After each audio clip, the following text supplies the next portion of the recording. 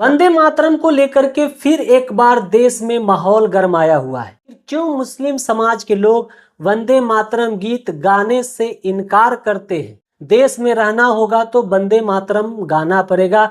अगर आप अपने देश से प्रेम करते हैं तो आपको वंदे मातरम गा करके बताना होगा। दिन रात यही सवाल मीडिया में, सोशल मीडिया में चलते रह रहा है। तो बने रहिए हमारे साथ, मैं हाजिर हूँ फुल डिटेल्स के साथ और वंदे मातरम का अर्थ भी आपको बताऊंगा कि आखिर क्यों मुस्लिम समुदाय के लोग इस वंदे मातरम को गाने से इनकार करते। वंदे मातरम की रचना बंकिम चंद्र चटर्जी ने 1870 के दशक में किया था और इसे अपने उपन्यास आनंद मठ में 1882 में शामिल किया था। उपन्यास के सन्यासी मुस्लिम शासकों को विदेशी कहकर के संबोधित करते थे और उन्हें भ्रष्ट, अत्याचारी और भारत के संस्कृति को नष्ट करने वाला भी बताया। उनका सबसे बड़ा उद्देश्य था कि मुस्लिम शासकों से भारत को आजादी दिलाया जाए। उपन्यास में हिंदू धर्म के संस्कृति को राष्ट्रवाद से जोड़ा गया, जबकि मुस्लिम शासकों को विदेशी कहकर के संबोधित किया गया। आलोचकों का कहना है कि इस चित्रण ने हिंदू राष्ट्रवाद को बढ़ावा दिया गया, जिसमें मुस्लिम शासकों का अहंकारी का युग मान करके उनसे आजादी को, उनसे छुटकारा को ही राष्ट्रभक्ति माना गया। वंदे मातरम को लेकर के आजादी से पहले 1937 में ही धार्मिक आपत्तियां उत्पन्न होनी शुरू हो गई। पंडित जवाहरलाल नेहरू और मौलाना अबुल कलाम आजाद की अध्यक्षता ने एक समिति बनाई और समिति ने यह निर्णय लिया, यह फैसला लिया कि वंदे मातरम का सिर्फ 2 स्टेंजा ही गाया जाएगा, जिसमें धार्मिक पूजा का कोई भाव नहीं है। 24 जनवरी 1950 को वंदे मातरम को राष्ट्रीय गीत घोषित किया गया, जबकि जन गण मन को राष्ट्रगान का दर्जा प्राप्त हुआ। वंदे मातरम का अर्थ होता है कि मैं माता को नमन करता हूँ, पूजा करता हूँ, वंदना करता हूँ। जबकि इस्लाम धर्म का मूल सिद्धांत तौहीद, एक ईश्वरवाद है। एक खुदा, एक ईश्वर, एक भगवान की इबादत करना, उसके अलावा किसी और की इबादत करना, किसी और के सामने झुकना, किसी और को पूजा इबादत के लायक समझना, इसे शिर्क माना जाता है।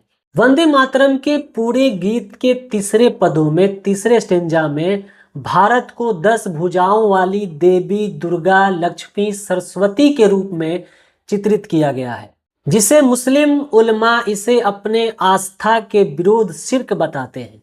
शिर्क का मतलब होता है कि एक खुदा के सिवा किसी और की इबादत, किसी और की पूजा, किसी और की वंदना करना शिर्क कहलाता है। मुस्लिम समुदाय के लोगों का कहना है कि वंदे मातरम को ना गाने का पीछे का कारण धार्मिक है, ना कि राष्ट्र विरोधी।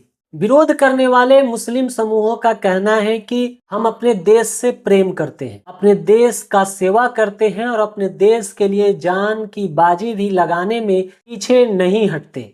लेकिन हमारी राष्ट्रभक्ति, हमारी देशभक्ति को साबित करने के लिए ऐसे गीत को ना गाने पे मजबूर किया जाए जो हमारे धार्मिक मान्यताओं का विपरीत हो।